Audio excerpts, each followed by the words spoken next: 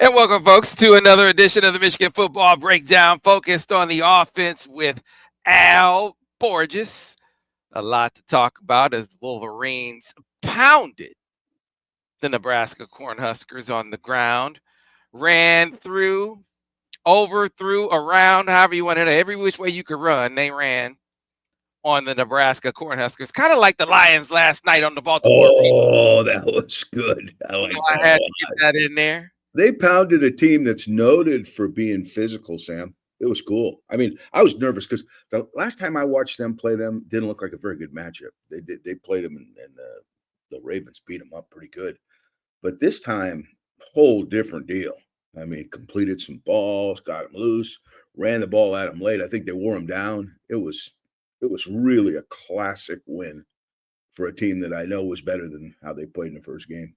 Well, very much in line with how How Michigan played Michigan its did, game. yeah, You yeah. have an offensive line that is looking to develop and establish itself, and we see Michigan's offensive line doing that now. Some establishing some new identity traits in the process. A young quarterback coming along and really going into a hostile environment again, but this time coming out on top, Yeah. learning from, I think you had player and coaches learning from that past experience, and albeit not against a as good a team, but still they applied it in a winning formula type of way.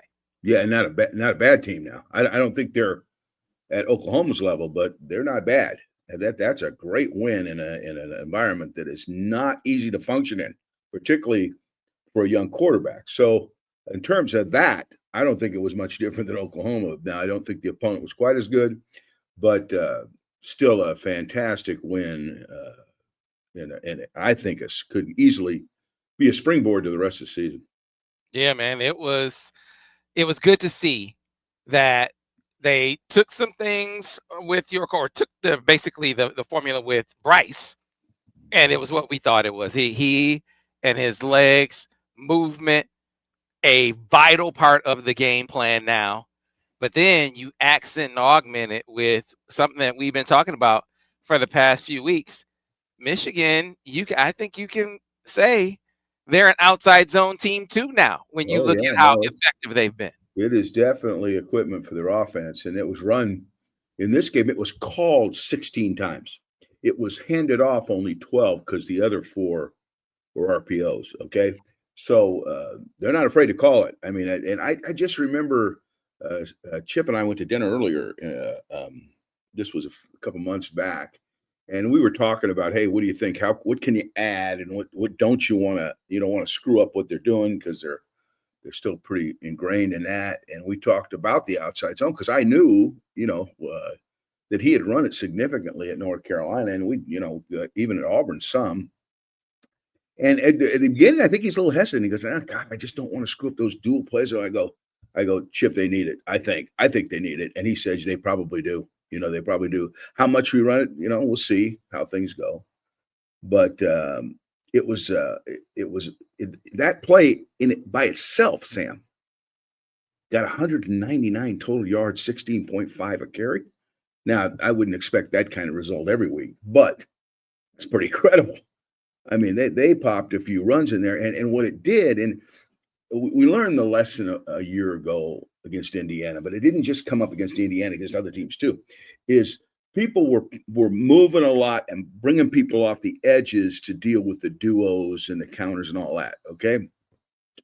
And I just know having an outside zone play in your offense, and he calls the outside zone, we tend to call it a stretch, which some people define a stretch as a real wide play. I don't really, but we'll just call it an outside zone because I think that's what he calls it.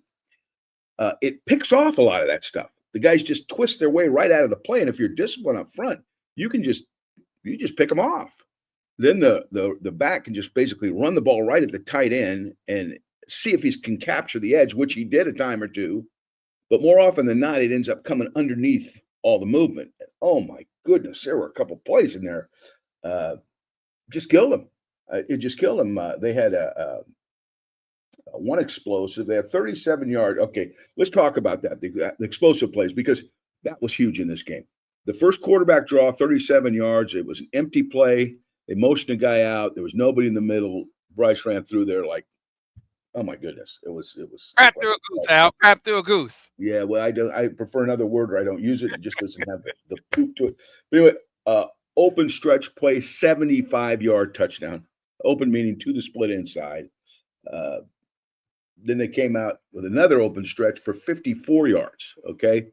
They threw and here's the deal. Here's the residual. We always talk about residuals, particularly in play calling.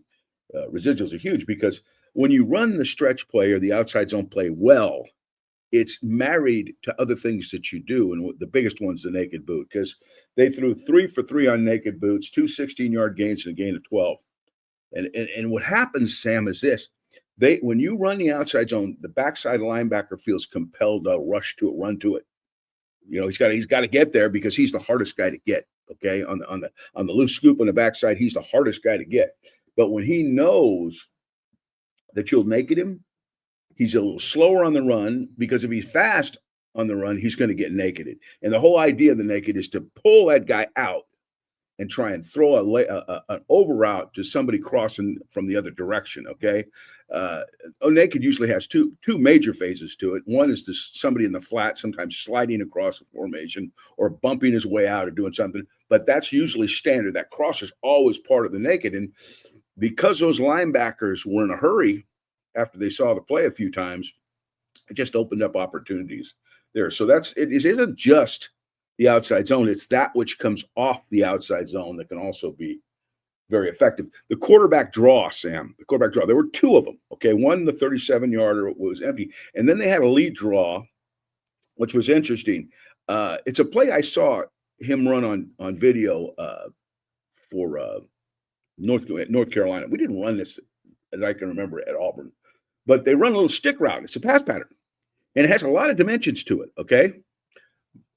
He can throw the stick versus certain coverages, throw it to certain guys, right? I'm not going to go into all that right now, but there are options to throw. Or he can call the back to lead for him on a draw, depending on the look. And he'd call for the back to lead for him on a draw, and boom, he hit him right in the mouth for another, what was it?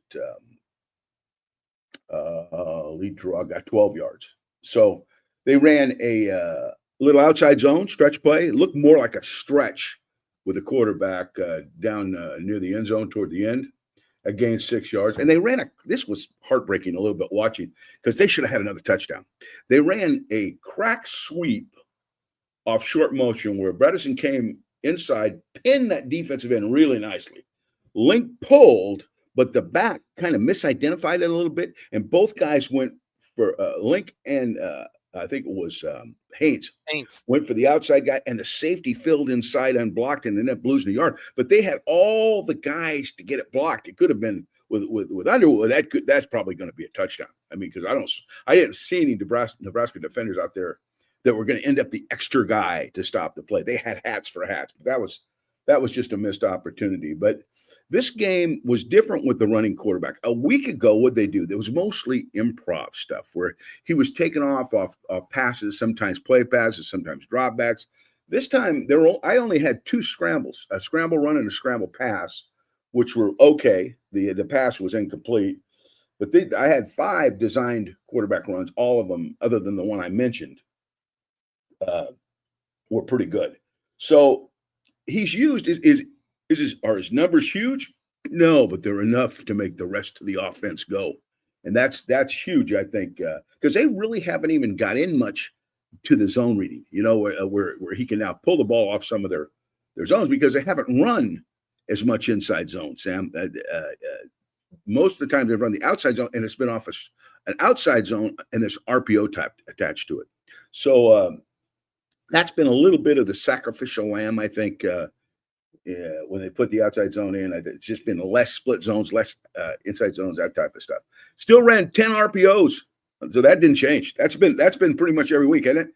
Pretty much same type of deal. They got their little spots, they got their little line routes, they got all that stuff. They weren't as effective in this game, but again, it forces you to defend them so those runs have a chance. There's less players to block. Limited drop back passes. They only threw 10, which is what I think right now, that's a very sweet spot, right, for him. is to limit the amount of drop back passes until he gets more comfortable in the pocket. He's going to be a great drop back passer. There's no doubt in my mind. But at this point, I think you're better off moving that pocket about every third play, which is what they're doing with nakeds and some sprints and a couple dashes. It's right in his comfort zone. So I think limiting those until he really gets his feet on the ground are really big. Like I said, the explosive plays were huge, plus 37, plus 75, plus 16, plus 54, and a crucial 3rd and 9 on a screen pass. Okay, and again, we said, what are the things Chip Lindsey's going to bring to the offense? It's going to be outside zones, RPOs, and screen passes. Okay, last week we didn't see many screens, but they had a crucial 3rd and 9 where they slipped a screen out there, and we broke a tackle, and boom, it was a crucial first down. And another one. I got to mention this one because this was interesting and well engineered by the coaching staff. It was I believe, 3rd down and 4, and they ran what is in essence a silent hard count. Okay, what's that? That means what happens is a quarterback will clap. Okay, which usually will trigger the center to snap the ball, and then every so often he'll call for a double clap. That way they don't get used to that timing on that clap, and he'll clap twice, and then what happens is they'll show what they're running. The defense will show what they're running, and they went to a 0 blitz, which means everybody was coming. You could see the back end was a flat contour. Everybody was staring in guys' helmets, and they called what I call a block line route, where the inside receiver runs behind or behind the line of scrimmage into the flat. He's not gaining any ground, okay? But the 2 outside receivers will block the men over them, okay, which is really good for 0 blitz. Flip him the ball, run up the sideline. Samaj Morgan made an outstanding run. I mean, he looked like he was stopped, and he ran past the first down to keep the chains moving. That was critical because it kept the drive going, and it resulted, I believe, in the last field goal, if I'm not mistaken, okay? So all told, when you can rush the ball like that and take that kind of pressure off the quarterback, although his numbers were, pedestrian to say in the passing game, okay, he still was effective. And it made a big difference in how that game turned out. Not to mention there's nothing more demoralizing for the defense than to get the ball run on them consistently. So we got a couple questions about Monday morning quarterback. So we wound up moving the Monday morning quarterback with Denard to next Monday is a bye week. We weren't going to have one. His travel getting back was going to make us have to squeeze him in today. And rather than try to make that be a short show, we're just going to move it to next Monday in the window where we weren't going to have a show. So the Monday morning quarterback with Denard will be the bye week Monday instead of today, which is when his flight, he was going to have to rush in, and we're just going to be, I don't want to shortchange it because there's a lot to cover, including the conversation that he and I had about stretch. And he's like, I don't think Michigan is a stretch team. And they run it 8 times against CMU. And it's something that we talked about in the summer, that this is going to be one of the intros to this team to deal with the things that you're talking about. But, I think what's becoming evident is how well suited maybe some of these guys are along the line to blocking it. And I'm talking specifically, I think the broadcast did a really good job of highlighting Greg Crippen, but you really didn't get a chance to see all the different noise. So on the first explosive, they try to twist, and he comes back and picks them off. Mm-hmm. Right? So, I mean, you talk about being able to pick up a lot of that noise, deal with a lot of that mess in the middle. Crippen does that on that play. But Al, so they get Nebraska to tap out, and Nebraska's not doing all the twists and stunts anymore. And Jordan Marshall gets in the game. He has a tough run for like 7-8 yards. And then Nebraska's playing them straight up because they said, we rather just play our undersized guys against your oversized guys. And at least they're in the gap at that point, as opposed to be moving around and being cleared out of the gap and be clear sailing. Well, all they do on this play is they're coming down, engaging their guys down the line. And who fires off that double team to the second level to get the linebacker to spring the play?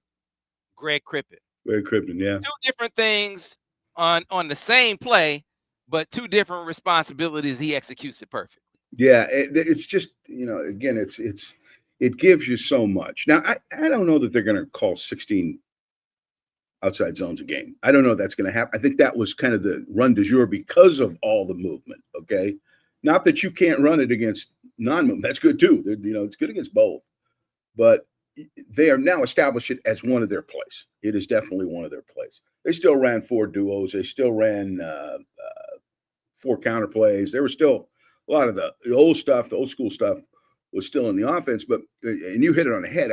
As I watched, after they hit those, they got away from all the twit. Now, what they did is ran more double eagle looks, more walk-ups and stuff where they could, hopefully avoid getting double teamed too much, because they are a little undersized. So, but it didn't matter. Now you had them kind of where you wanted them because they want to do all that stuff, Sam.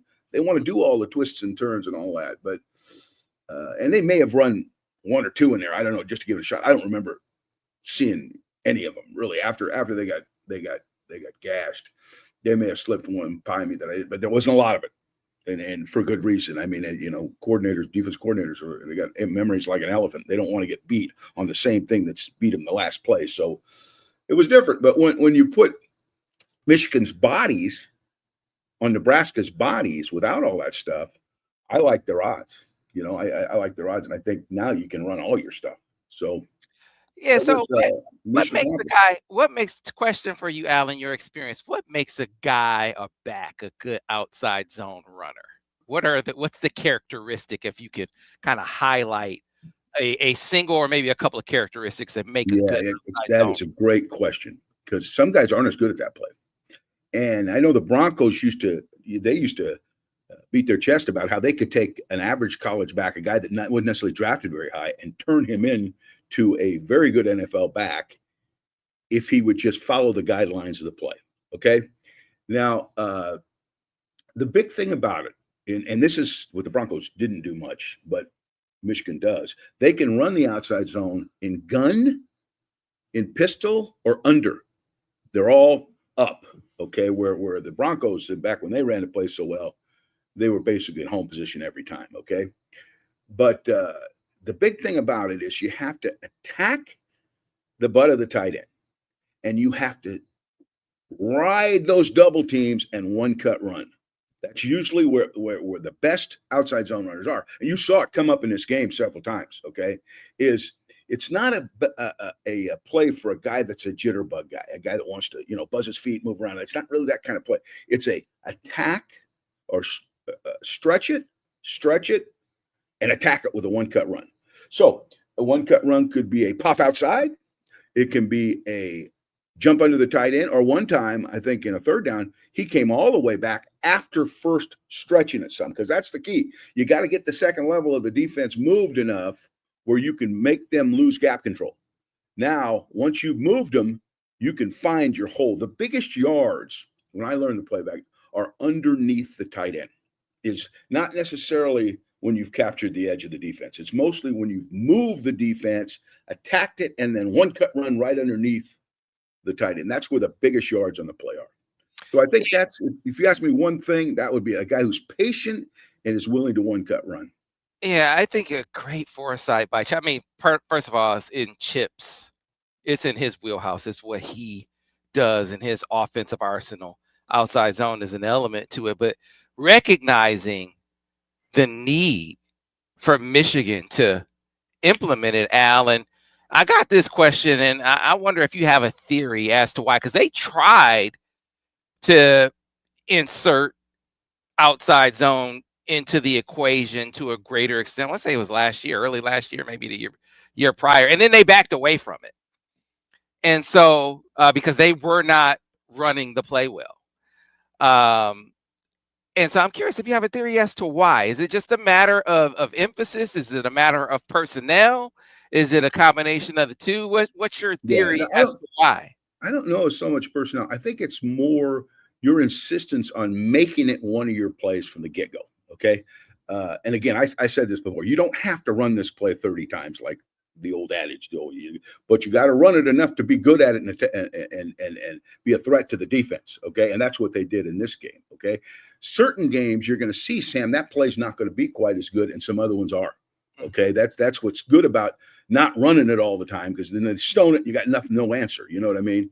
So they'll keep their duos, they'll keep their counters, they'll keep their powers. They'll keep those, but this is just some of the other plays. Like I said, the inside zone's kind of taking a little bit of a hit. The split zone's taking a little bit of a hit to make this play go. So, you can't run everything and be good at everything, okay? But you can be good enough to threaten the defense with the play, knowing that certain games it may not be featured as much as others. Another thing that Chip has done, and it boggled my mind why we didn't see this last year. Why weren't they putting more run controls on their plays? And so Chip does that, and he uses tendencies to his advantage. And so I was talking to my radio co-host on my morning show about this. He's like, yeah, they say go wherever Bredesen goes, he'll take you to the play. And that first explosive, he motions Max out, and it lightens the linebacker widens, and I think you can see that on the TV copy, but I know you can't see the safety on the TV copy. And they both widen with the motion. And it's like, okay, so you got the look that you want to run this play, but this is what helps make that touchdown. Because if that safety doesn't widen, he's at least in position to make that tackle. But widening 3 or 4 steps like he did, he could not get back into play, even with an angle to catch it on the run. No question.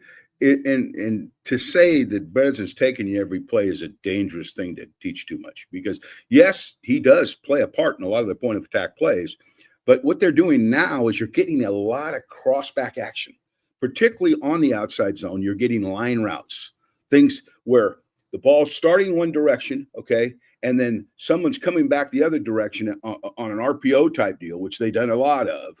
And that holds that backside linebacker a little bit, and it doesn't mean necessarily the ball's coming behind Bredesen. You know what I mean? So it's not. I wouldn't say it's happening 100% because it'll get you hurt. What really makes a difference is that action, and Michigan has experienced this defensively. I know Minnesota did to them a few times. Is that split flow action on an outside zone tends to hold the backside linebacker, and if they know you got an RPO or a naked off it, now he becomes easier to block. And he's a guy that's always the hardest guy to get to on your outside zone. So that complement, that series of actions and plays, make the whole thing difficult to deal with. Yeah, man, it was, you saw a lot. I mean, Chip, the way he's sequencing plays, the way he's stacking the offense, he's doing an outstanding job. So I got sort of 2 Chip questions that kind of play into Bryce as well, because I want your assessment of how Bryce played in this game. I thought Chip did a great job of putting him in a great comfort zone, right? And so as you look back at how he used Bryce as a runner, how he incorporated Bryce in the passing game, give me your take on Bryce's showing in this contest. Well, like I said, the passing game numbers were not fantastic, but were potentially really good, because there's a couple of things like the little hole shot there that would have been a big bite. Yes. But here's the thing about dual threat quarterbacks like him, all right? You got to bring something to the table in every game. Sometimes it's not going to be big passing numbers. Sometimes it is. You'll see before that kid's he's going to have a huge passing game where 300 plus yards and he'll show up big time. But when the plays aren't as big, so like I said, the outside zone play was run 16 times, but there are 4 RPOs. All 4 were incomplete. Well, he's going to hit those passes, Sam. He ain't going to miss those passes forever, okay? And there were some drops. That didn't help either. So what you don't do well maybe in one game, he's one of those guys that can compensate with his legs and with his decision-making and those types of things. So that's what I think they're trying to do with him, is feature him now. win, lose, or draw, good or bad. Make him part of the equation in every football game so that at least part of his skill set will always show up. When all of it shows up, which is right around the corner, all of it's going to show up here pretty soon. Now you got a national championship quarterback. Yeah, I liked the whole shot. The ref, come on, man. The ref, they called it complete on the field. And then I guess some other guy without as good a look came up and said, no, incomplete on the field. What they did was they said, let's err on the side of Nebraska. And then if we get overturned, we get overturned. But we're going to err on the side of Nebraska. Yeah, I thought the play was relitigated. Called it complete. Yeah, I thought the play was relitigated on the play on the replay. It was, but he takes the snap. You can see it on R22. His wings are down the middle of the field, Al. He's looking to hold the safety, and then the hole shot, the ball that he threw gave his guy a shot to get it. That was a really good throw. It was really good to see. I know he has that kind of touch. To me, the comfort of where to go with the ball, and he was able to get it there. So this is the question, Al. How do you stack?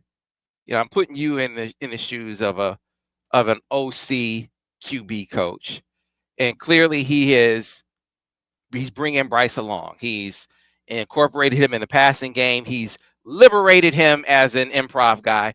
Don't worry about it. Run when in doubt. Now they're incorporating called quarterback runs. They did that to a greater degree. How do you start layering or stacking the passing concepts? Because there's going to come a time where he's got to drop back and he's got to win the game with his arm. You got the luxury of being able to do that gradually. So how gradually do you do it? How much do you give him on a week-to-week basis? And how much would you be giving him during this bye week? How much more? I was just going to point that out. This is a great opportunity with 2 weeks now to get ready to develop just exactly what you're talking about. Because to this point, they have not been, I won't say that they've been simple with their drop back passing game, but it has been streamlined. And I think it's basically been a lot of the same plays at a different looks, so they don't know the play's coming. But now people are going to go to work on them. I mean, really go to work on them and say, okay, this kid's a threat in a lot of ways. And the RPO game, which right away when you see a lot of RPOs, a lot of defensive coordinators think we got to play more man-to-man defense and maybe play a rat player that can handle Bryce if he tries to scramble or whatever. But I think now this is a chance to take the next step. Add some things that you might think are down the road based on what you've done to this point. Okay? Again, don't go crazy because, again, he's a work in progress. And again, the drop back game has a lot more components to it than play action game and the naked game. So he's got to be able to read coverage, be able to watch rotation of safeties, see throwing lanes, know when to check down, which he's still learning how to do too. But I would add a little bit of what you think you might have to do against these future teams, but not too much, just enough so you got a little more equipment to attack maybe some different looks. And so therein lies the other question, because a lot of what you guys do as play callers, you got to have foresight. Okay, you've had some success. What are teams going to try to do to limit me now? Now they see my quarterback can run. He's a threat. They see he's a scrambler. They see we're going to call quarterback runs, and we run it all with him. We run QB power. We run QB crack sweep. We run QB stretch. I mean, we got the menu, and the stretch is another change that teams have to prepare for now. That's not something they really saw from Michigan. So between those two things, a quarterback that is a vital and essential part of the run game for Michigan, and a lethal stretch game with 2 home run hitters, one of which has hit a home run in every game. How do you anticipate defenses trying to defend them differently moving forward now? Okay, so you look at, you got to get in the mind of the defense coordinator a little bit. What do we got to stop? What do we got to stop? Well, okay, they've run at least 10 RPOs in every game. Okay, now have they been big? Some haven't been bad. Or if it ain't an RPO, it's a design bubble where the ball's going out there preconceived. So how do we stop that? Okay, well, we stop RPOs. The best way is to lock them up and play some man-to-man. Oh, wait a minute. Don't do that too fast. Now, remember, that quarterback can run. Right. So we get caught with our backs turned to that guy. He's going to run 37 yards for a touchdown. So the next thing, okay, we're going to play man-to-man. Let's play with what we call a rat player. And those who don't know what a rat player is, that means one extra guy in there to handle the quarterback scramble and any shallow crosses or option routes inside the box. That's his general responsibility. Okay. So that would be the first thing that pops into my mind. It's not any longer, it is not going to be easy to just move against them or bring guys off the edge to stop dual plays. That's just not going to be, it's going to be more difficult unless you're a really imposing defense. They've got the answers to that now. So, but my first instincts are to say, I don't think you're going to see a team go to blanket man-to-man defense, but you're going to see a little more of it, particularly on early downs, knowing that Michigan has these threats. Mm-hmm. Yeah, it's going to be interesting to see the chess game that defense is going to be, because you got to choose. I mean, the Lions they played man-to-man with a rat a few times last night on Lamar. Man, their Lions linebackers did an excellent job in defending Lamar Jackson, because he's the king of improv. Now you can't. And he killed him last time they played him. He killed him last time. And you might give up something like the tight end was having a day. I know. He got loose on them a couple times. They should have picked him off once, but he got loose on them a couple times. But I will take that if it means my linebackers, are very aware, very conscious of their leverage on the quarterback, and they were. I mean, I could think of a play. Dwayne Barnes is in the flat, and not Dwayne. Derek Barnes is in the flat, former Purdue defensive end, turned linebacker. Right, they turned him into a linebacker because he could run 4.5. The Lions drafted him, developed him over some years. He's in the flat, and notice that his zone isn't being threatened, and so he makes a play on Lamar. Linebacker making a play, and it was Derek Barnes, it was Nowatzki, it was Anzalone, it was Jack Campbell. All of them had a sack or at least a half sack because they had eyes on the quarterback. They played predominantly man-to-man, but even in zone, eyes on the quarterback and maintained proper leverage. They did a great job with their rush lanes. And so I think you see some elements of how teams might respond to Bryce. Lamar wasn't always able to find the open guy. Maybe there wasn't an open guy, but he wasn't always able to find him. That's why I asked the question to you. How do you get Bryce to the point where he'll be able to find that open guy? Because they're going to be some open guys, I think anyway, moving forward. Yeah, you just got to keep repping it, Sam. There's no magic potion there now. You just got to keep repping it and coaching him. And even when he has a successful play, whether with his legs or whatever, if he's turning down opportunities, coach him. Coach him. Don't scare him, but coach him. And I think that's how you do it. And the addition of maybe some different concepts in the passing game that would be good against attacking those types of things would be really, really good. Again, as long as it's not on a limited basis, I think be very, very, very good. So, and I'm sure that they probably in their fall camp worked on some of this stuff, even though you might not have seen it so much, because we did that everywhere I was, as we work on some certain plays. We may not even use them later on until the 4th or 5th game of the season, but they were there. The players had repped them before, and it's not brand new once the game plan goes in that week. Yeah, man, this is a great time. You got Wisconsin coming off the bye as well. Not to overlook anyone. I question whether Luke Fickell would even have a job after you get, mopped by Maryland. How you get mopped by Maryland at home at Camp Randall?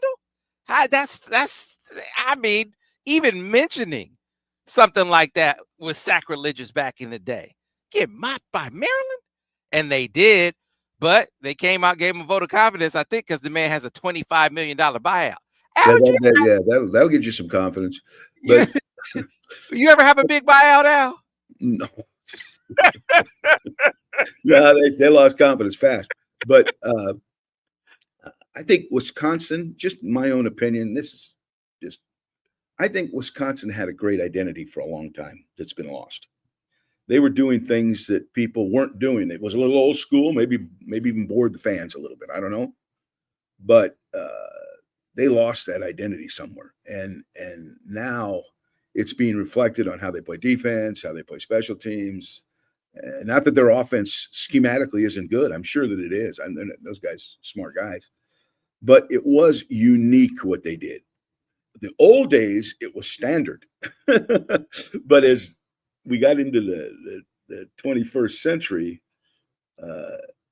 it became old school, but that was the advantage. That wasn't the disadvantage. They could get great tailbacks. They had a little trouble getting quarterbacks, but yeah, it was tough. And they beat a lot of people they shouldn't have beat. You know what happened? And I'm trying to remember the coach's name, who they fired and they shouldn't have. I'm sure it'll come up in the chat. He is Big Ten Coach of the Year at least once, maybe twice. He was doing a really good job there, the Wisconsin coach, and they landed their epic quarterback commit in Graham Mertz. Mm-hmm. And they decided, Paul Chryst. Yeah. It's thanks to Steve Horn. But Paul Chryst was the coach. They landed Graham Mertz, and they decided that they were going to change their identity wholesale based on that one guy. And I think, I think it's an interesting parallel to kind of discuss, Al, because I was an advocate of you have to align your identity. If you're Michigan, you have to align it with featuring Bryce. Mm-hmm. But can you do that and still stay faithful to who you are, who you have been, is the question. Wisconsin was unfaithful. I mean, they decided they were going to go spread and throw it around the yard. Yeah. Michigan is able to align their identity with Bryce and still stay the fidelity, the faithfulness to who and what they have been is still there. They're still running all of those plays. They're just using their quarterback as a feature component of that. And they did it basically, not to the extreme you're talking about. They basically did it with JJ. JJ was an excellent runner, powerful arm passer, became an excellent pocket passer, but they didn't divorce himself from the things that had brought him to that point just because they got JJ McCarthy. I think you got to maybe expand the legs part of it with him, but I wouldn't go crazy with that either. I think he ran 5 design runs, maybe as many as 7 design runs, maybe some games more if you really think you need it. But they've got backs. They've got really good running backs who need to be touching that football. 2 of them, okay?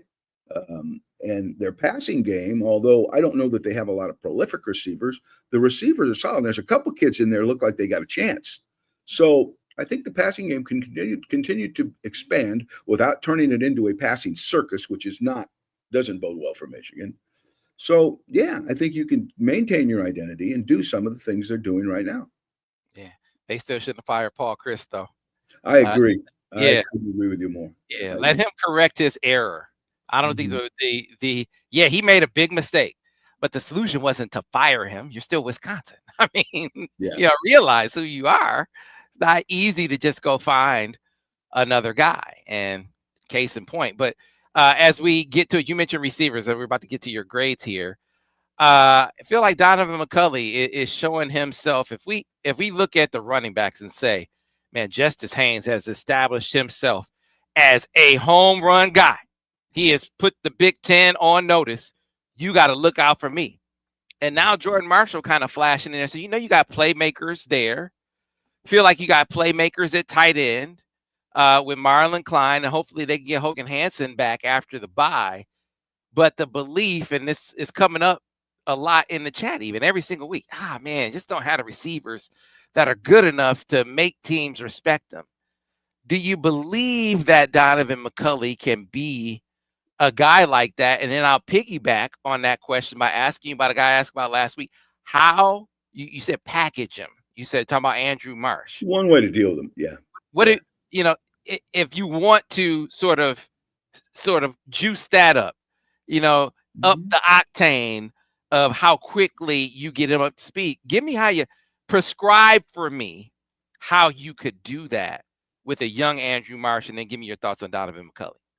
Yeah, I'll start with McCulley because I think McCulley shows the most promise with regard to being able to go get tough catches, run after catch, do something. I think this kid could really be a good receiver. And he's got range, he's got good body control, he's got some things you're looking for. And I think he's going to take some jump balls, given the opportunity. So I think he's kind of what they want, you know. Now Marsh, I know less about, but I know he's highly skilled. And Chip will come up with a plan for this, I'm sure, knowing that they may be limited with the other receivers, although they've done some nice things too. But when opportunities present themselves, they got to be catching the ball with consistency, and that still hasn't happened as much as you'd like to see. So, but Marsh is a guy, again, you can put a 5 to 7 play package together for him. Not all the ball's going to him. Sometimes he's just blocking. Sometimes he's a decoy, maybe. But most of them designed to go to him. Make sure that he's got it down, and as he becomes more and more ingrained in the offense, expand it, and see if he reaches a point where, hey, we can start this kid. He's good to go, and he's got enough skill to make a difference. So I think that's sometimes you got to wean the guy. Some guys they can jump. Sometimes they jump in there and a good first day, but he's probably a guy they got to wean him a little bit, and I think it'll add to their offense. I would show that kid Amon St. Brown. I show him Saint on that 4th and 2 play. Al, he's coming down like it works because Amon St. Brown blocks. Complete player. He is a complete player. He is going to block the out of you, right? And so he comes down like he's going to block, and the entire defense reacts to him. And it's a post corner all the way. He earned it. It's over. He earned getting open there. I find the best receivers that are best blocking wide receivers are very prideful about it. I mean, it's like, I'm not taking any downs off. This is a chance to spring our back. This is a chance to set up a play pass where maybe I can fake a block. Again, I talk about residuals. There's things that can pay off in the end with that effort. But the best guys at blocking are the guys that take a lot of pride in doing it well. And I think St. Brown's one of those guys, and I've had him over the years. And they've been at Michigan. Michigan for years had very good blocking receivers, and there's no reason why you can't be a good blocking receiver, because you wouldn't be out there if you didn't possess the skill to do it. Yeah, he catches everything, and he's one of the reasons why he was downgraded in the draft, because he's like a mid 4.5 to 4.6 guy. You don't have to be a burner to be he's one of the top 5 receivers in the league, and he's a mid 4.5 to 4.6 guy, Al. Yeah, if you're crafty and you'll go get the ball, do the dirty work. I mean, over the years, from way back, from Steve Largent to Fred Biletnikoff to whoever. I mean, there's guys that have not always been speed demons, but they're always open. And funny, a lot of times they're open behind the defense, where you wouldn't suspect a guy with that kind of speed would be able to do it. But they have a way. Sometimes that number can be a little overrated. Yeah, absolutely. And you know how he got it 3 steps on the defense? He blocks the out of guys. And they said, oh, he's about to block me. And they got to be ready for it. And he's down the field. Mm-hmm. Yeah, those young fellas, hopefully they're watching stuff like that. Al, let's get into your grades, folks. If you have questions for Al Borges, put them in the chat right now. If you have questions for Gorgeous Borges, put them in the chat, and we will start knocking them down after Al gives us his grades for the Michigan offense. Let's start with the QB, Al. Let's take it away. The quarterback was a B, in my opinion. Still missed a few throws, still growing, but never panicked. He had a fumble on a sack, recovered, didn't look like it shook him a bit. He came back and played a very solid football game. But again, his best games are ahead of him still. He's still got some things, and he knows it, and he'll get coached, and he'll get better. So, but to win in that environment, doing some of the things he did, I didn't give him an A, but I gave him a B, and I think he's well-deserved. The one I'm most proud of is the O-line. Now, they weren't perfect. There were some times where it wasn't exactly the way you wanted, but there were some times it was perfect. There were some times you could drive a truck through the hole that they were providing for him. And it was a little bit of a patchwork offensive line, Sam. I think Coach of the Week is Grant Newsom. I think he just did a fabulous job of preparing those guys. I gave them an A-, and I think they earned it. But again, you could critique a lot of what they did and say, well, he didn't do this well, and you're probably right. But the sum total of their effort was at that level, I thought. Tight ends, again, I'd sure like to get 80 back, but they weren't bad. I gave them a B. I thought they played solid. Wide receivers, again, I think there were opportunities to catch a pass. I gave them a C to C+. But I think that position is going to get better. I really do, as they grow. The running backs, I gave an A. I don't know how you can't. Provided big Al plays. yesterday. Wow. Well, what they do? Well, it provided big plays. Looked like they blocked pretty well. They were just these backs because it just keeps coming up, Sam. It's not a coincidence anymore. Every game, somebody goes for a big one. Okay, every game, and it is what it is. It's too much of a coincidence to be a coincidence. Okay, so those guys were very good, and I think they got to be fed. As much as we say Bryce has got to be a factor with his legs, I believe that. But the guys really got to be fed are those running backs because they are doing some really nice things week in and week out. Yeah, man. You mentioned the patchwork offensive line. I mean, Jake Winera getting in there, getting some good action. Got like what I'm curious what you think of. Did you grade the guys individually? I did. I thought the right tackle is it Sproud? Is that his name? Sprague. Sprague. I thought he had a pretty good game. I did not grade him down on much. He was solid as a rock. Crippen, I had some minuses for him, but he also had some pluses, some plays where he helped plays get going. He's getting better, that kid, and I like him a lot. So I think Link looked like he's better. Link, again, is always, there's going to be times he struggles in pass protection, but it hasn't been so bad. They go, oh, God, they can just do whatever they want. No, he's an improved football player, and he can maul you. He is capable of covering you up and not letting you go. So as a group, and a group that really probably didn't get to play together a lot because of the new bodies, they did a hell of a job, I thought. All right. I mentioned if you have questions for Al, put them in the chat now, and we will knock down as many of them as possible. They have been coming in at a high rate. And so let's start with Jester Jinx. Thanks for the super chat. Jester says, how do we fix the wide receiver room? The routes and blocking are good, but the drop passes are pulling down our production. We love you, gorgeous. Hey, Al, where was Jester's? Where was Jester's in 2012? Yeah. It wasn't many of those guys. I didn't get a chance to explain myself back then, but not on a podcast anyway. But I think, again, it's a position that's a bit of a work in progress, but there is some skill there. There is some players there that I think can provide some big plays. And the better the quarterback gets, the more factor the receivers are going to be. And that room is very happy when that quarterback's playing well. I'm just telling you. So be patient. And I think in time you'll get some production out of that group. This is an interesting one from Steve Horn. So Alan said, do you notice we have a lot of our big touchdown runs on the first plays of drives? It seems that Chip has a run he likes and thinks it will hit. Have you noticed that, Al? Yeah, that has happened a couple of times. I don't know that's preconceived in his mind. I think he's trying to score a touchdown every play, right? Right. But it is kind of ironic that there's some one-play drives in there, and it's kind of cool. Now, it's not real great for ball control, but I'll take it. I mean, you got to have plays like that. You got to have times you run 15 plays, and then you got times you run 2 or 1. That's football. That's the way it goes. So I wouldn't change the formula. This is a great question because I asked you to get specific, Al. Kind of piggybacks on something we talked about earlier. Andrew Bailey says, Chip has done a great job giving Bryce an elementary portion of the passing concepts to operate at a graduate level. What concepts would you incorporate for the next step in his development? Well, there's going to be a point where they're going to have to develop some more crossing route concepts. And Chip knows these like the back of his hand. Now, those can be a little more complicated, but boy, they're good. Now, I don't know when that's going to happen or whatever, but that's got to be, I think, included in there, particularly if you think you're getting a lot of man-to-man coverage. That would be one thing. And then the vertical passing game, the taking the ball down the field. Now, this is not, doesn't take a lot of mental extrapolation.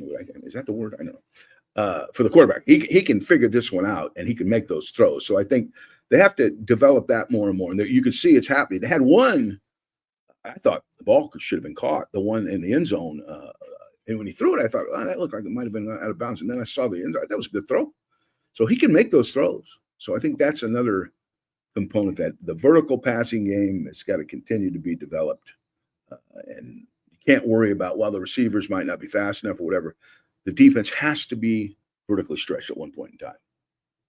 Yeah, and the way they're running the football, they're going to have some decisions to make of how many resources they're going to allocate to coming down. And, a lot of times it doesn't take a blazer to get open when teams want to play you that aggressively in the run game, especially if you're running some play action now. Let's get to this next one.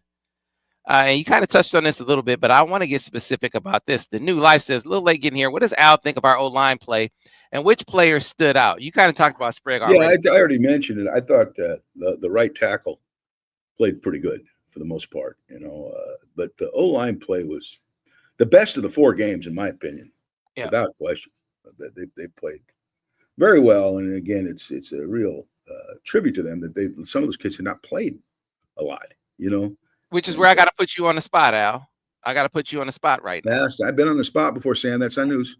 Yeah, and so Jake Guarnera getting some run in there at guard. We've seen Brady Norton in there before he got banged up, and obviously on the mend. And then Nate Afobe playing at left guard and for Gio. Hottie, who will be back at some point. So when Gio gets back, it's going to be about that right guard spot.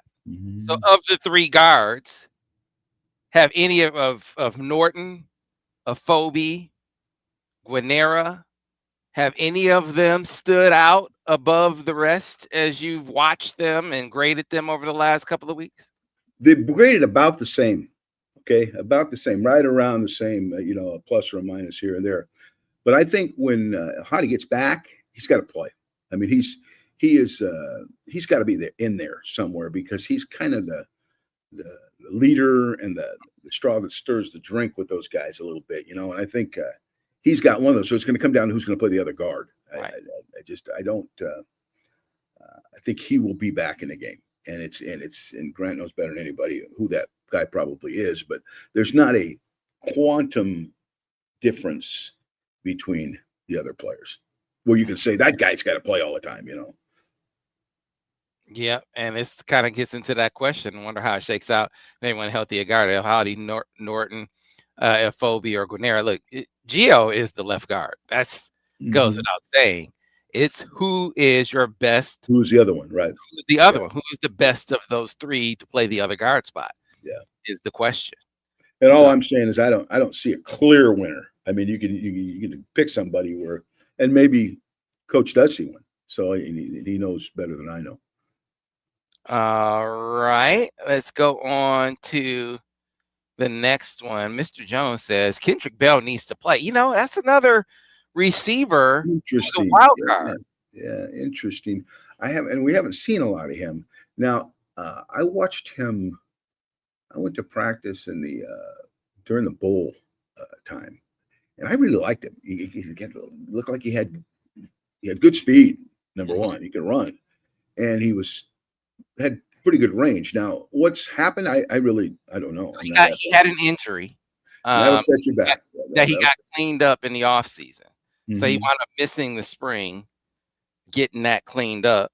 And then obviously you kind of you're working your way back in fall camp. And so he's on the track working his way back. But to me, he is a real wild card at the position. He could be a guy. Yes. Emerges as a very, very athletic guy. He was a quarterback in high school, right? Correct. Yep. I remember watching him. We watched him when we did a show on it, if I remember correctly. And he wasn't a bad quarterback, but he looked like more of a quarterback athlete. So which meant he's probably going to be a wide receiver, he's going to be a DB. But again, just seeing him move around, I think before it's over, if he's healthy, I think he could make a contribution. Yeah, you like to see Kendrick maybe being the one throwing that pass. Yeah. Oh, that's another one. Oh, that's another one. That's another one. Samaj, are you out there listening? Doggone it. Doggone it. And I know that you can throw that pass now. Come on now. Jiminy Christmas. But was that a good call? And I didn't, when he threw it, usually I can kind of spot when it's a double pass, because it's kind of obvious that the bubble's getting a little deeper, and the ball gets thrown back. I could tell. I really couldn't tell. He got it, and he probably just rushed it. I mean, you'd have to ask him. He probably just rushed it a little bit. But I promise you, he died 1,000 deaths because that was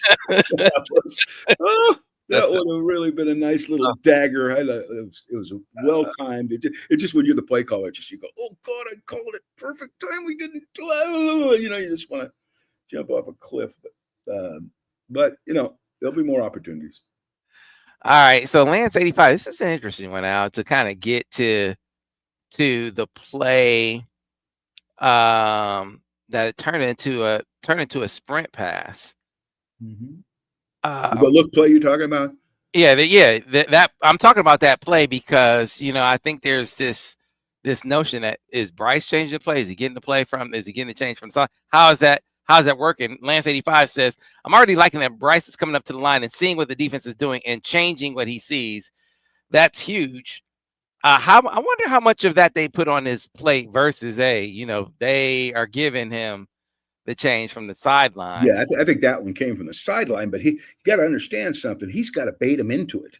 And some guys aren't very good at that, okay? But he baited him into it with the double clap. I talked about that earlier. He double clapped, which got them to jump into the spots they needed to be for the zero blitz and showed the coordinator what was going on. Now, a lot of times they'll change when they know you're changing, okay? So but they didn't, thank goodness. And it got them into a advantageous situation for a zero blitz. And as much as I was giving Samaj a bunch of stuff about throwing a bad pass, he made a great play on that. I mean, because he stopped. He was still a couple yards behind the line to gain, and he somehow wiggled into that thing and clearly got the first down. So it was really a nice play by everybody. Well coached play, well thrown ball, and great run after catch at a crucial situation. Yeah, there are a couple of instances in there where your receivers. One was that one with Samaj, and there was another one, Donovan McCulley, where he catches it way short of the sticks, makes a move, shakes a guy, gets the first down. Yeah. You need those. I call them championship plays. You got to make a few championship plays where no one would think that you're going to make that play. It just doesn't look like it's going to happen. I always think back, and this is a long time ago, but when I was coaching in the USFL, we had Anthony Carter, which ironically is a Michigan guy. He was making those every week. He would be jumping over guys, making plays you would never think he would make. He was kind of a skinny, unimposing looking guy. They'd hit him, they'd bounce off him, he'd run for a touchdown. And everybody said he wasn't very fast. Well, he was when he got the ball. Mm-hmm. So he had that championship play. I mean, you got to have guys like that to do all you can do, to be all you can be. Yeah, cut from a different cloth raises a good point. Says, I wanted Marshall to go and get a TD and get his own home run and get a home run hitter play of his own. Respect to him for not being selfish and do what he did to run the clock out. Team first. So he got his home run, but at the end he slides down, stays in. Let me tell you, coaches want to kiss him. I mean, they just say, now that. See what it does? It makes you as a coach look smart, not just him. It says you taught him to do something in a situation where he could have gained more yards, but he went down knowing that the clock was going to continue to run. He was unselfish, okay? And he did it in a pressure situation, in a situation that was, could have easily been messed up, and a lot of guys would mess it up. But he was taught, keep the ball in bounds. Pretend. I used to tell guys, when we're in a 4-minute situation, you got to pretend like the field is now 43 yards wide, not 53 yards wide. Okay. So if you go down inside those boundaries, good 5 yards inside those boundaries, and don't run out of bounds so that the clock stops. So envision a 43-yard field, and now that clock's going to keep running and the game's going to be over. Let's clear up something on the play. Lance brings this up. And then there's a debate going on in chat about it. So he says, and I'll show you some of the responses before you respond. It says, my question, Lance 85, is what happened on the third down with Link pulling out and missing his block where Bryce could have had a TD? No, he didn't. Uday Singh says, I think Bryce was impatient on that play. No. Like the running back, he has to wait for blocks to develop, or he could have gone outside the tackle. And Lance comes back and says, see, that's why I asked. Everyone's saying it was Link's fault. or was it on Bryce? And then Neither. Steve Horn says, I think it was on Bryce too, guys. So you're the key. I'm going to clear this whole thing up, okay? It's not Bryce's fault. It's not Link's fault. All right, let's talk about what should happen on the play, okay? Bredesen comes back. It's a quarterback crack sweep, which we're Michigan fans. We all saw JJ run this play more than once, right? This is a hardball play from way back when he was with the 49ers. I saw Alex Smith run this play. Bredesen comes back and pins the defensive end, which allows the tackle to pull on the widest player, okay? Now, more often than not, when you pull on him, he's probably going to leverage and you're going to kick him out, okay? So the back now has to block the first thing to show inside, okay? Well, I think what happened, and I've got it, is the back kind of saw that guy flash that Link was supposed to block, and he went out to block him too, and the safety was free in the hole. So the play ended up losing a yard, but if it was run perfectly, the guy would be kicked out by Link, the end would be pinned by Bredesen, and the back would lead through on the safety. And then it's because there were no other defenders that I could see on the second level that were going to stop Bryce from scoring. So I don't believe either one, the quarterback or the left tackle, are at fault there. I think the back should have blocked the inside guy. But I can kind of see why he did it, but you just got to know that Link is going to make that block, So not on Evan Link, not on Bryce on that one. You have the verdict from the Link. It's on the tail. The back basically inserts in the alley. You can see, so as he comes out, he watches it kick, he inserts in the alley and sees the most dangerous man to show.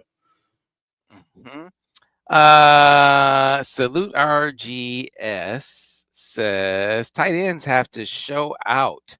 When you talk about big play potential, if you think there is a paucity of it at the wide receiver position, I think both of your top two tight ends have big play potential. They've just been hurt in and out of the lineup here early in the season now. Yeah, and you got to know what they do best, and don't pigeonhole Klein into being what Colston Loveland was. They're different players. Okay, Colston Loveland was a great body awareness guy with good hands, great body control, those types of things. Where Klein is more of a fast tight end. He threatens the defense defensively or vertically, and can catch the ball in traffic and do some things, but he's not the same as Colston. Can be probably darn near as valuable, okay, doing some of the things he can do. But that's a little different. And then 80, Hogan, is that for Hogan Hanson? Yep. Hogan Hanson. He is a little closer, I think. If he plays all the time, he's a little closer as a receiver to Loveland, okay? But just remember something, okay? And again, know that, be an educated fan, be smart. Just because they're not catching a million passes doesn't mean they ain't playing well. So, because those tight ends, particularly in the Michigan offense, are an integral part of their attack.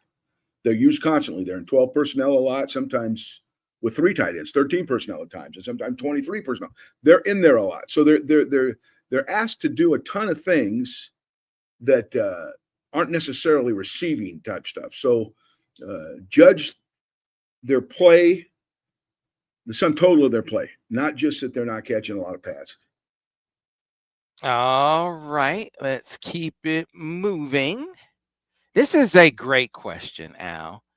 So there are a number of times where they pulled the guard trying to get over, and before the guard could come over and kick that edge guy, he was in the backfield hitting the quarterback. What were they trying to do? So this is Steve Horn is talking about on McCulley's sack. Are they expecting to be influenced by Link stepping down? The guard pulling couldn't get back to him in the protection. What are they trying to do in that play? On that play, because it didn't develop real well, okay? The guy was on him pretty fast, but I think it was what I call boot action. Where boot action, unlike naked or whatever, the quarterback's changing the throwing spot, but a guard is pulling to protect him. He has an escort for the pull, okay?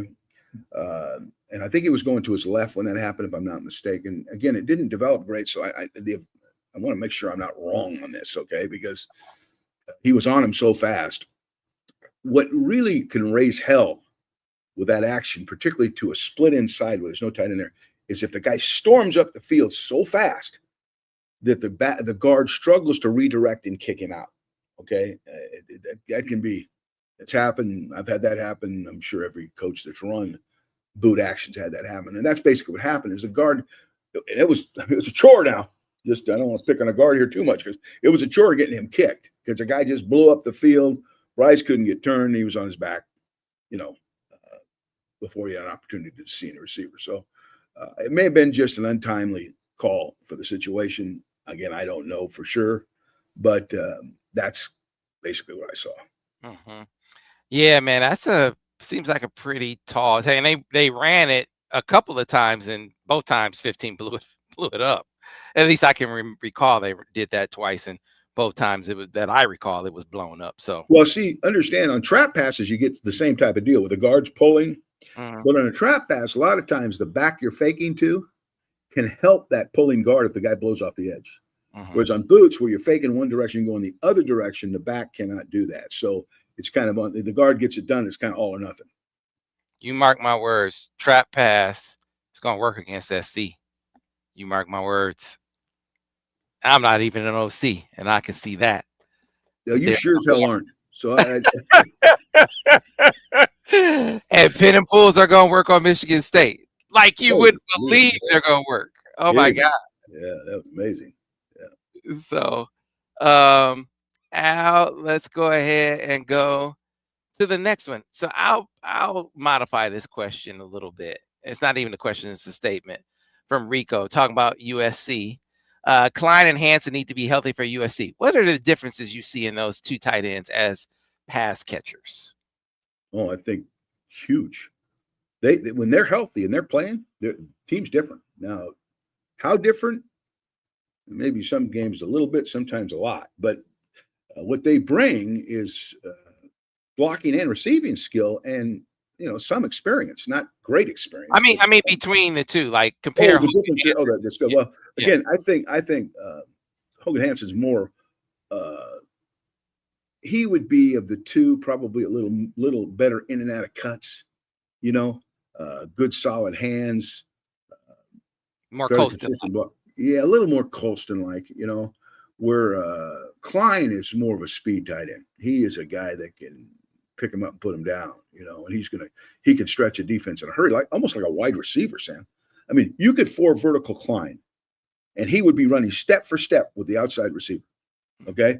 Because most time when you 4 vertical tight end's a little behind the outside receiver, right? Because he's not Klein. And that is what the NFL likes. They like guys like this now that can get the ball down the field. You put any split safety defenses are immediately threatened by the receiver closest to the ball. That's the tight end. And that is a problem for playing split safety defenses across the board. So I think he's more that kind of guy. And Klein's improved steadily as a blocker. So I think those two together, if they can play, will make a difference. Nala comes through with a question, says, Alan Sam, got to give Bryce his flowers. He looked poised even after the fumble. Once we develop a vertical passing game, offense would be deadly. What can we do to help Bryce speed up learning and reading defenses, etc.? There's no, I'd love to tap him on the head with a magic wand. That would speed him up. It's just reps and experience. There's just no way there.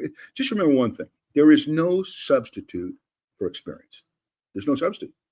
So you just got to keep repping him. He's got to, in practice, doing it, and then know that there's going to be some game-specific mistakes that are made that may or may not have been coached and practiced. But that's just going to happen. He is going to improve as he plays more, as he sees more scenarios, as he makes a great play and then turn around and gets knocked down, okay? Whether it's a fumble or an interception, all those are growth for the quarterback. If there's a consistency to what he's doing right, he will usually progress fast. If there's a consistency to what he's doing wrong, then he will usually go backwards. But if you see less of the bad and more of the good, the player usually gets there. He gets there. He gets where you want. And I just don't see this guy is as good as he wants to be. And I know he wants to be. I know he's a Just talking to the coaches, he's a very dedicated guy to being as good as he can be. He's got a burning desire to be great. A burning desire to be great. And that is one of the greatest attributes a quarterback or any position could have. So Scott Henry on Facebook says, with such a strong arm, are there things the receivers can do to bring their skill level up when catching a hot ball? Well, that's a good question, because sometimes you got three quarterbacks and they all throw it at a different pace. Okay. One guy can just, high RPMs, and that's Bryce can throw high RPMs, but the other guy's more of he throws a softer ball, an easier to catch ball. It doesn't get there as fast. So I think just exposing them to the tempo of the throw with the quarterback as much as you possibly can. I know this was an issue with John Elway when he first started. Is some of the receivers go, holy smoke, this guy's nothing like catching the other quarterbacks. So you had to catch as many balls as you possibly could just to get used to how fast the ball was getting there and how high the revolutions per minute it was. Yeah, what did you think of that? The one drop, I think it was Samaj. It was a fastball. It was a heater. Was that, hey, you just got to catch every ball to hit your hands, or do you rely on your quarterback to take a little something off in a situation like that? The answer to that question is yes. Well, yeah, I mean, one major ingredient to a quarterback's ability to complete passes is touch. Okay. There's a lot of different ingredients. That's why I don't like the term arm talent. I don't even know what that means. I still don't. I hear people explain it because there's so many components to playing. You have to be more specific than just saying he's got arm talent. Okay. And it means taking something off, take something off. Be aware of who you're throwing the ball to. That's something, again, that comes with experience. When you know you got to put a little bit more on it because maybe the coverage is tight, you've got to be able to put a little bit more on it. But regardless, I don't care how hard or how soft he throws it. It is the receiver's responsibility to catch the ball when it hits his hands. Okay. Within reason. Okay. Within reason. I won't say that some balls I've seen hit hands. The only reason it hit hands is because the receiver was fantastic and athletic. But for the most part, when you get your opportunity, because there's only so many opportunities to catch passes in a game. Okay. You've got to make those plays so you win the confidence, not only of the coach, but the quarterback too. And you become his favorite option, knowing that he's got a great chance for a completion. Yes, sir. On to the next one. This is a sort of play calling theory question, and this comes from Dr. Uday, who says, I believe it was Doc who asked this question. Where is it? If I can go back up.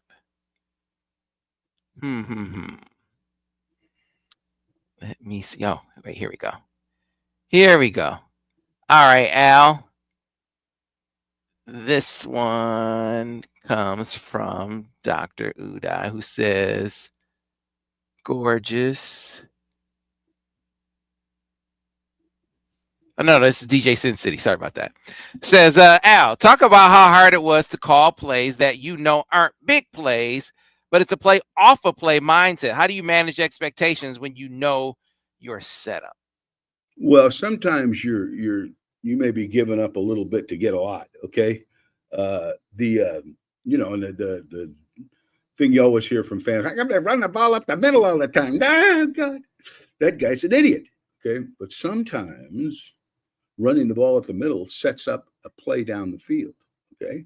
And so you may have to, as much as you'd like that play still to pop, and sometimes it does, you may sacrifice what may be minimal damage to the defense to get maximum damage to the defense down the road.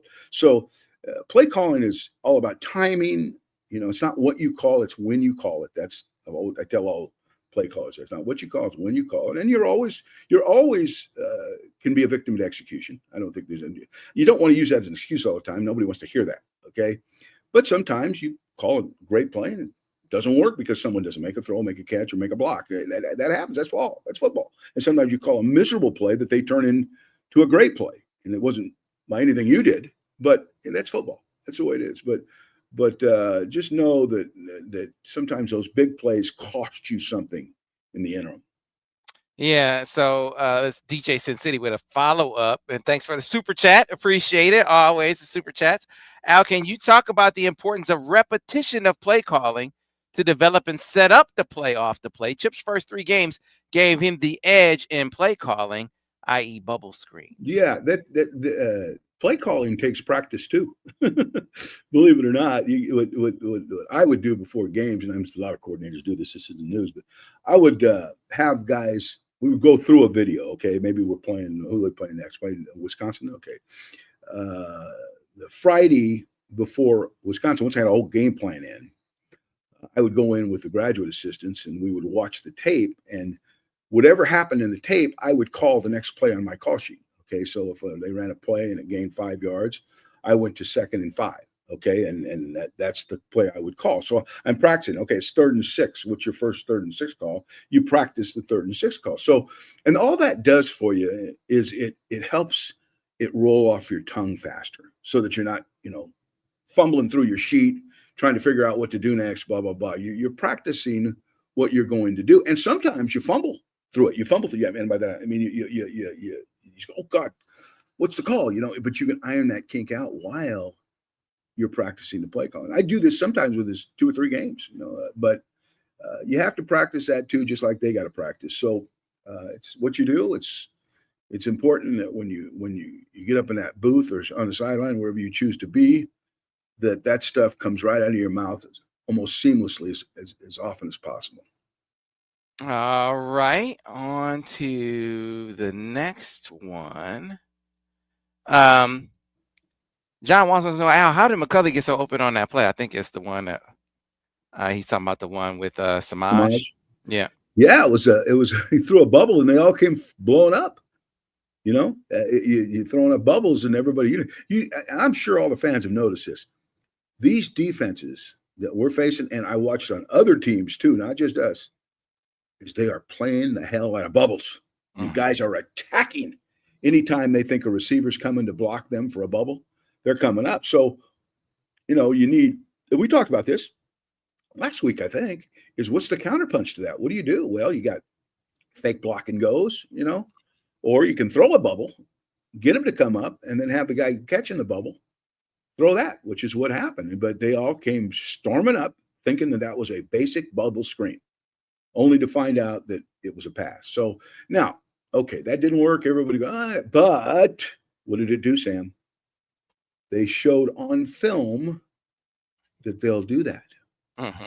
And that with every defensive coordinator in America that's going to watch that play, is going to say, oh, they got a double pass off a bubble screen. Mm-hmm. I don't really like that. Now I got to tell those guys they can't go flying up so fast, or it's going to be a touchdown, right? So maybe you say, "Oh, it didn't work." That was not a wasted. This is kind of goes hand in hand with what we were talking about a little earlier. Yeah, the residual effects. Maybe that wasn't such a wasted play after all. The residual effects of that play. Another Al Borges phrase. You talk about. I use it all the time because it applies to play calling. I'm telling you, big time. What is the residual effect of a successful or unsuccessful play? Because a lot of times it won't show up till later in the game.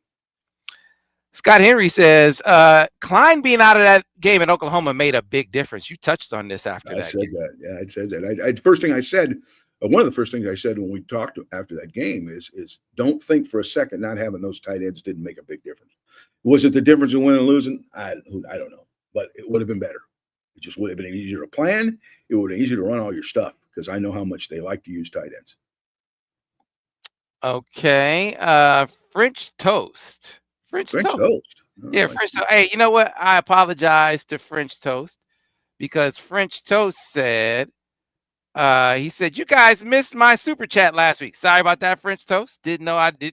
I never miss super chat. So if I missed the super chat, I don't know if it came late or we were bombarded with questions. I apologize, but let's go ahead. What's a super chat? Super chat is when they offer a donation. They offer a donation to the cause. I gotta know that. That's like the film study, not like the film studies where we're like, hey, watch it and then go click a link. They're actually live giving a contribution to the show. Okay. So that is super cool for the super chat. And super chat questions automatically get flagged. I don't have to actually go through and find them. they automatically get flagged and sent over to the questions section. So appreciate that. But French Toast wants to know, Al Borges, as we get to French Toast's question. Coach Al, our QBs coached to throw the ball to a player who they believe is being interfered with or held. I always thought it made sense to get the ref's attention to the penalty. Oh, sometimes, yeah. If you think, for example, if you think that the defender's in a compromising position, okay, now you don't want to just throw it to throw it. Understand that, okay? Because this is not. There's no hard and fast answer to this question, but there'll be times where a linebacker's chasing a back down the sideline. Throw it. I don't care how. If you think he's covered, throw it, because if his back's to him, he's going to interfere with him. Just get it where it's catchable. Okay, take that, because he's either going to out athlete the guy or he's going to get interfered with. So yeah, there are times you make that throw if you think that the defender's in a compromising position.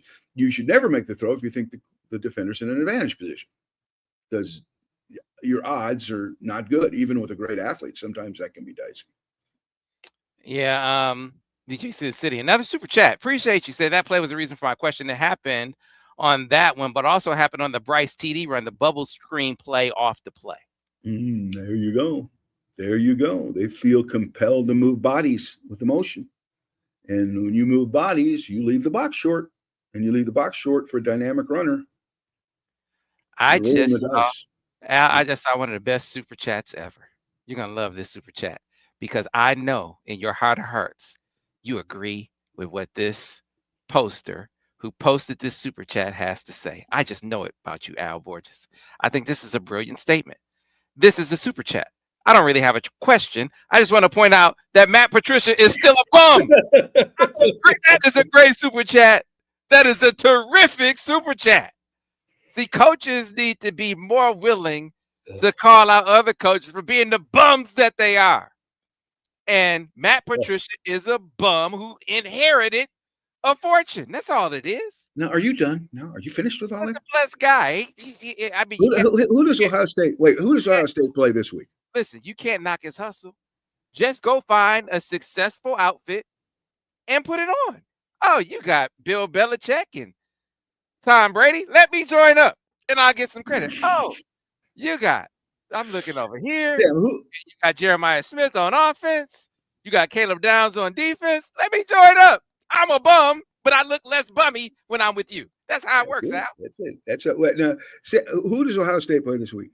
I have no idea. Well, I just want to know if he's going to be a genius or a bum. You better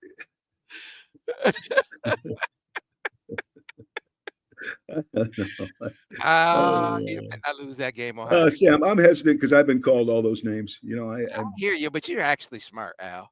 This dude is one of those guys who thinks he's a lot smarter than he is. Like he's just brilliant. He knows everything about coaching, and couldn't coach a lick.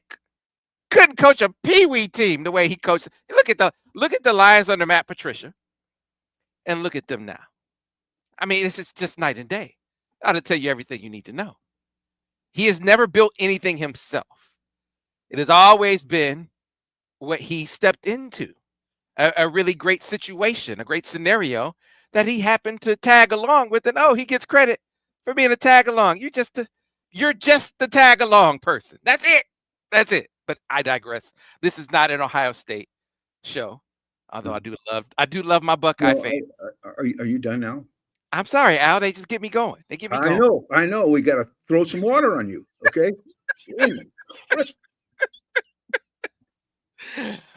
Don't lose that game, Ohio State. Don't lose that game. Woo! Yes, Matt Patricia's a bum. Absolutely, he is. All right. Another super chat. The New Life says, Coach Al, kind of already touched on this with the brush block off the bubble screen, but how can an OC scheme receivers open? This is a great question. Hey, if your guys can't get open, Coach, scheme them open. Well, there's ways to do that. There is ways to do that. In particular, what you do is you got to have a real good understanding of what you think the pass coverage is going to be. So I'll give you an example. There's a lot of examples, but I'll give you an example. if you think that they're going to play a lot of press man-to-man, okay, and they're going to make it tough on your receivers getting off the ball, motions and stacks or motions to stacks and those types of things can free up releases and get you into some of your crossing routes or some of your man-to-man beaters. That's one way to do it, okay? Hiding receivers in spots that they don't normally line up in, okay? Maybe line a receiver up at tight end one time, put his hand on the ground, okay? Make them spot that as late as they possibly. They'll usually spot it, but they'll spot them as late as they possibly can, in hopes that'll get him open some way, shape, or form. I mean, the ways are endless, but there's just do some unconventional things with lesser receivers, and it will at times get a guy wide open. And sometimes it won't, but it's worth a shot. Yeah. All right. By the way, Ohio State plays Washington next. A lot of folks saying Washington. Maybe a genius, maybe not. How good's Washington? I don't even know. I haven't watched it. Yeah, I tell you what. I mean, I think it will get a really good look. I like what they got going offensively, which shouldn't be a surprise. I mean, got a really good offensive mind as the head coach out there, and gives Michigan a chance to get a great look at them in advance, which I also like to see as well. Lloyd Knight Walker says, what happened to MMQB? I explained earlier in the show. Now it's traveling, and so was unavailable in time for yesterday's show. We contemplated doing it today, but we would have had to squeeze him in to a segment before Al, and I didn't want to squeeze him. Wanted to give him enough time. And we weren't doing a Monday morning quarterback next week with it being a bye week. Yesterday, we just decided let's just move it to the open Monday where we weren't doing one anyway and just do one next Monday. So that's what we're going to do, as Denard will have his full breakdown and reaction. He'll be able to talk about what he saw, what he thinks they're going over, what they went over during the bye week, all of that. He'll be able to give you all that when he comes on. All right. A few more for Al before we jump out. And let's see. It's interesting, Al. They ask me, do you think James Franklin is going to James Franklin? Is water wet? Here we go again. Is that Patricia a bum? I told you, listen, I gave you guys the phrase last year. Maybe it was a couple years ago, where I said they're paying Christoph prices for a Boone's Farm coach, and you can't expect for it to taste different just because you paid a little more for it. It's not going. It is what it is. James Franklin has shown you what he is and who he is as a coach. He's a bum too. He is a bum too. You would give a woodpecker a headache. You know that? So, Al, here's the perfect example of James. It's gone James. Your Penn State, your defense is playing a heck of a game. Sure, Michigan is running the football on you, but you are down a score. Your defense has been stopping Michigan there. 4 or 5 minutes left to go in the game, and you're on roughly your own 30-yard line, and it's fourth down. Punt the ball, James. Punt the ball, because if you give Michigan the ball at the 30-yard line with a few minutes to go, they are going to score a touchdown and the game is over. Punt the ball and play defense, James. But when you get Boone's Farm, don't be expecting Christoph. It's going to be Boone's Farm no matter what. And what did James Franklin do, Al Borges? He went for it, and they didn't get it and lost the game. We relived that a bit again. I thought the same thing. They should have punted that ball. And I bet you James should have punted the ball too after the fact. You got out-coached. I said it at the time. You got out-coached by a substitute teacher. Sharon wasn't even a full-fledged coach at that time.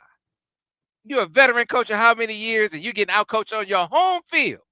No sign stealer, no hardball, hurt quarterback on the other side, and you still can't win. And they ran it up your behind 30 times in a row. Al Borges, that's bum. That's bummy stuff. That's the definition of bum. That was a big jumbo game, if I remember correctly. Yeah. Come on. Hey, don't get me started on James Franklin. I know. As soon as I saw the question, I go, "Oh God, here we go again." Holy Only thing that gets me going more is Matt Patricia. Or I'm surprised nobody's bringing up, oh boy, the painted beard. You not bringing up Ryan Day anymore? We just gonna let Ryan Day off the hook?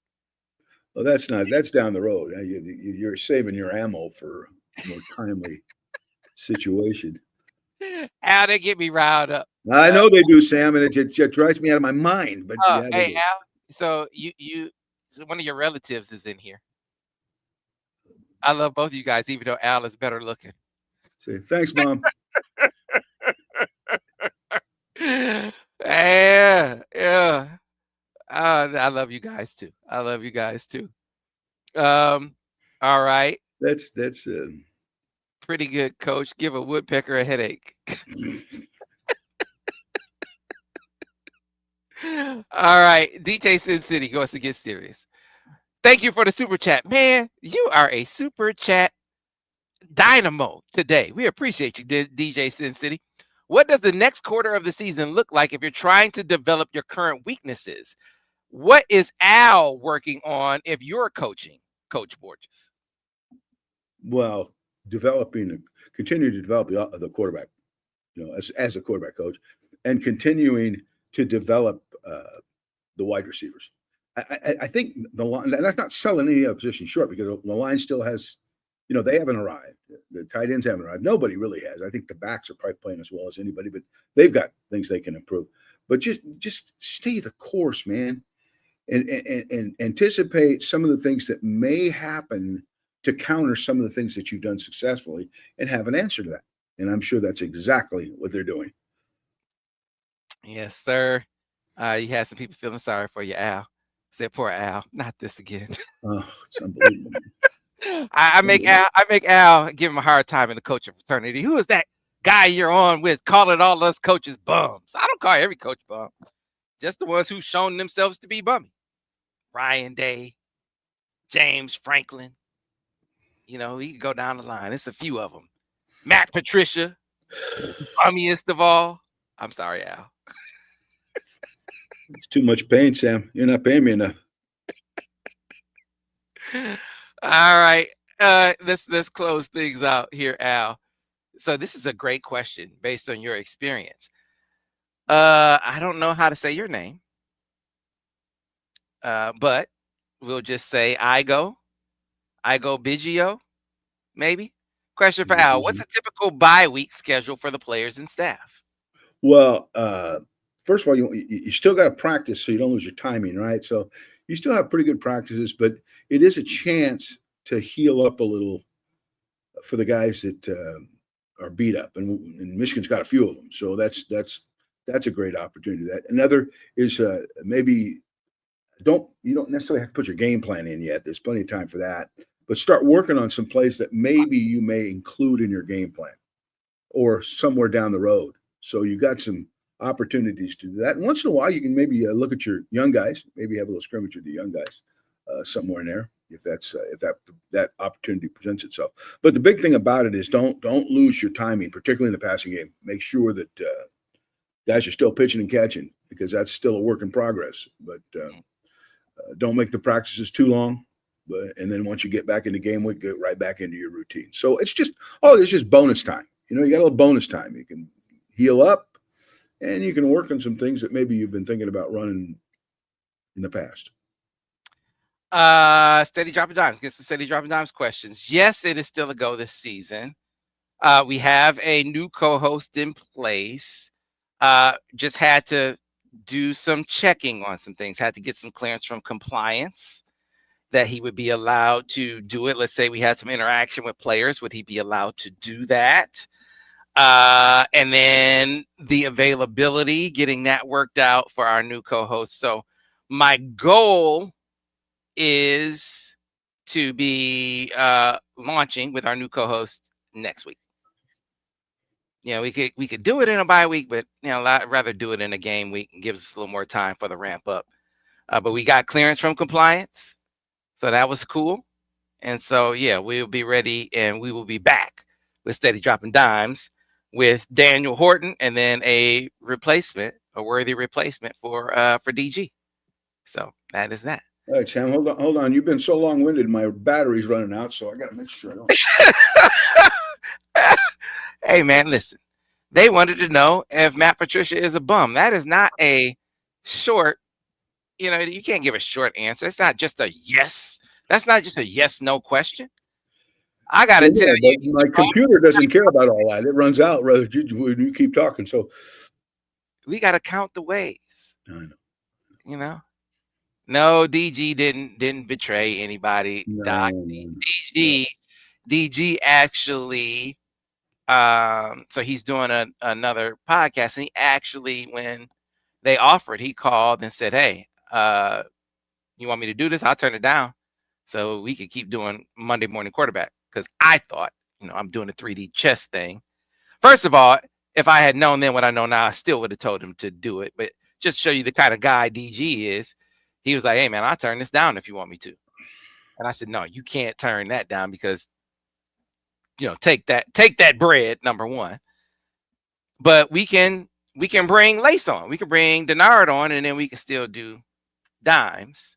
And so, yeah, that'll work. So then, everybody's winning. Everybody's eating at that point. We even involved Lace brought him under the umbrella at that point. And I knew that show would win, and it is winning.